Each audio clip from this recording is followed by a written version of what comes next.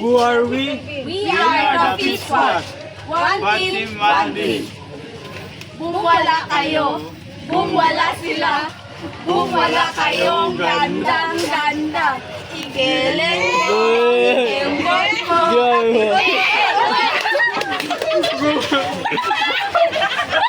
Okay, go. Good afternoon, ma'am. My name is Rica Flor Bautista.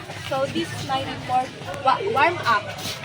Warm up, 5 to 10 minutes. The purpose of warm up is to stretch muscle, increase body temperature, and prepare the heart, lungs, and circulation for strenuous activity.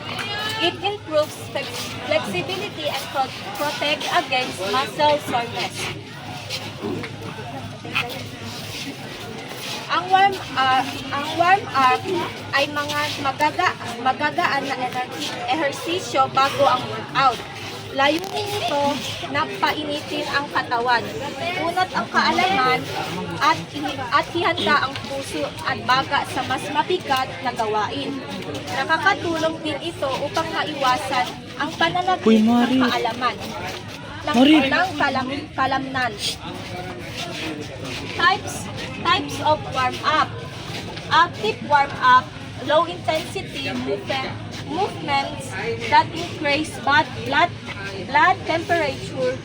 Non-specific movements like jogging, skipping, or biking for 15 to 30 minutes. Movement that mimic the main activity such as lunges for running or high reps for weightlifting. Active warm-up, magagaan, nagalaw tulad ng jogging, skipping at lunges na nagpapabilis ng daloy ng dugo. Passive warm-up, raising body temperature through external means without expending energy, such as hot water, sauna, or wearing extra layers. Passive warm-up, pagpapainit ng katawan gamit ang hot shower, sauna o makakapal na damit. Dynamic stretching mobility, active movements that use as full range of motion to loosen muscles and joints, leg swings, torso, twist, cat-cow. Dynamic stretching, aktibong paggalaw ng katawan tulad ng leg swing at torso upang lumawak ang kalamnan. Static stretching, holding and stretch for 30 to 90 seconds. While once common, it is now recommended to do this after a workout. Through brief, gentle holds can be used to loosen joints.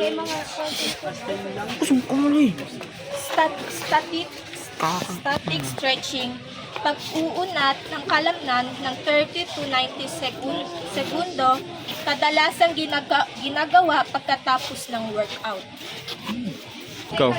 Workout is a physical exercise to improve fitness, strength, or performance. It is performed for various reasons including weight loss or maintenance, weight growth, and improve strength, develop muscle, and the cardiovascular system,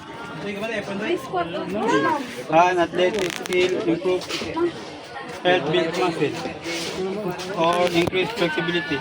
Ang workout ay isang physical na exercise na ginagawa natin para improve yung fitness and yung strength natin.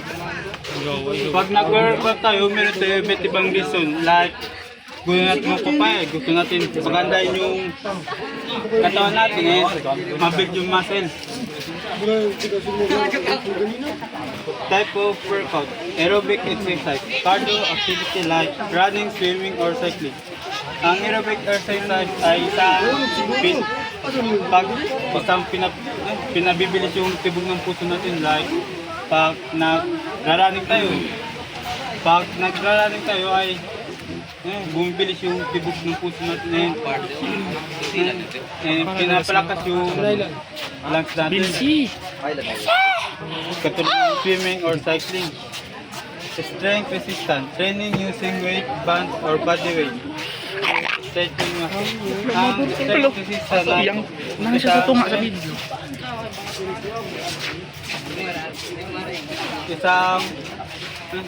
isang activity na ginagawa natin para mabuild yung muscle natin, katulad ng pagbubuhat ng marble and pagpupush up. Binibuild dito ng muscle sa katawan natin, and flexibility, balance, activities like yoga or stretching. Bago po tayo mag-workout, kailangan po muna tayo mag-stretching para ready yung katawan natin, pati yung mga muscle and bones natin para iwas tayo sa injury. Good afternoon, my name is Gabriel Vincent Valverde and we are the group. So my topic is cool down. Cool down help return the rate resting. Like, for example, galing ka sa sprinting, sobrang lakas ng tibok ng puso mo, hindi ka pwede basta-basta huminto agad. Kasi baka makakansanin ng pagkahilo mo, dizziness, headlessness, or pag fainting, or mahilo ka pa, may matay, maganon. Dapat need mo mag-exercise. Ito ang common exercise bago ka galing ka sprinting or bigla-bigla ka hinto. Dapat ito yung unang gawin mo. Breathing exercise. Like ito yung pag-breathe ng exhale and inhale. And then walking with fingers bent and stretching. Pag naglalakad ka, dapat example, dapat naka-bench yung finger mo or naka-stretching yung shoulder mo slowly. And then eto, sitting stretching. So like uupo ka, and then dapat yung binti mo igaganon mo like ganun. Stretching. Okay na. Good afternoon, ma'am. My name is Angel Morocho, and this is my topic. Types of movement, locomotor and non-locomotor skills, resistance training. So, ang locomotor skills, movement that transport the body from one place to another. Example, walking, running, jumping, leaping. Tapos sa non-locomotor skills, movement performed in one place without changing the location. Example, stretching, swinging, bending, pushing, and lifting. Sa resistance training, also known as strength or weight training, is a form of physical activity to improve muscular fitness, strength, endurance, and size by forcing muscles to contract against an external resistance. So, ang first nito is squat variation series. Good afternoon, ma'am. Good afternoon, classmates. This is my report. Plank squat variation. Combine core stability with lower body strength, boosting balance, coordination, and functional fitness. So, yung pagpa-plank natin is tinatarget ko yung core natin, and pag-squat natin is tinatarget yung lower body natin. So, ito yung basic variation. Basic variation, if beginner ka pa lang sa paggawa ng mga plank, so, ito yung mga isa-suggest ko na pwedeng gawin. Standard plank. Setup, high plank, hand, shoulder width apart. So, kailangan i-ganyan natin yung braso mo, naka-wide apart. Dapat i-ganyan, no? Then, yung movement, step, feet forward to squat, push back to plank. So, after mo gagawin ng plank, gagawa ka ng squat. So, ganun. So, yung benefits niya can be build core, control, and flexibility. So, kapag medyo may alam-alam na tayo, ito yung pwede natin gawin. Intermediate variation. Plank, jump, squat. Yung setup niya, high plank, move. High plank, press lang sila yung plank. High plank yung naka-ano. And yung movement niya, step 1, foot into single leg squat, switch leg. So, pares lang doon sila. Kakawin mo ng plank ka, tapos mag-jump ka lang. And yun lang. Yung benefits niya, it adds cardio and explosive power.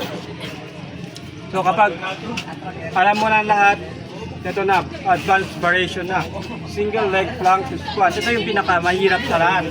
Kasi ito yung gagawa ka ng single leg plank squat. So, setup niya high plank. Press lang sila ng plank na gagawin natin. Tapos movement, jumping, kwan pala ma'am. Baliktad ko yung ko dito, yung pagsulat ko dito. Ito yung movement niya dito is dito. Nagbaliktad po so ito siya, dito siya. So kailangan natin gawin step 1, put into single leg squat leg. Kaya gaya ng sabi ko kanina, gagawin tayo ng plank and mag-switch tayo sa single leg squat. So ito yung benefit niya is challenges, balance and unilateral strength. Afternoon, ma'am. This is my topic. Bend back variation. Bend back variation is a core focus body weight exercise that involves lying on your back and moving your arms and leg in a controlled alternating pattern like a on its back. It's designed to build stability without putting strains in the lower back. So, hindi na po ma'am yun kung paano namin measure mo. 1. Lie on your back with 3, then at 90 degrees. So, hindi ko na siya ma'am hindi na ako magiga ma'am. Example, nakahiga po ako. Kailangan yun kaway po is naka 90 degrees straight. Tapos yun knee, naka 90 degrees din. Tapos yung back natin ma'am, kailangan naka-straight sa floor. So dapat nakaganyan po tayo ma'am. So tapos sa repetition naman po, is kailangan nyo lang i-straight yung kamay nyo. With your leg, dapat naka-opposite po yung leg at saka arm. Yun lang po ma'am. And alternate lang yun. Tapos sa set po, kailangan yun 2 to 4 sets kailangan gawin ma'am. Tapos sa repetition, 5 to 12 sets. Yun lang ma'am. So hi everyone, my name is Aslan Aftalijan. So tonight we will talk about the lunges variation series. Forward lunge. Forward lunge is a fundamental lower body exercise that strengthens the quadriceps, glutes, and hamstring while improving balance and stability. Reverse lunge. Reverse lunge is a fundamental lower body exercise that targets your quads, glutes, and hamstring. Walking lunge. Walking lunge is a dynamic lower body exercise that strengthens your quadriceps, glutes, and hamstring while improving balance and core stability. Side lunge or lateral lunge is a lower body exercise that strengthens your glutes, quads, and inner thigh. Curtsy lunge. Curtsy lunge is a lower body exercise that targets glutes, quads, and inner thigh. A jump lunge is also known as a jumping plyometric lunge. It is an advanced bodyweight exercise that combines a standard lunge with an explosive jump to which leg position mid-air.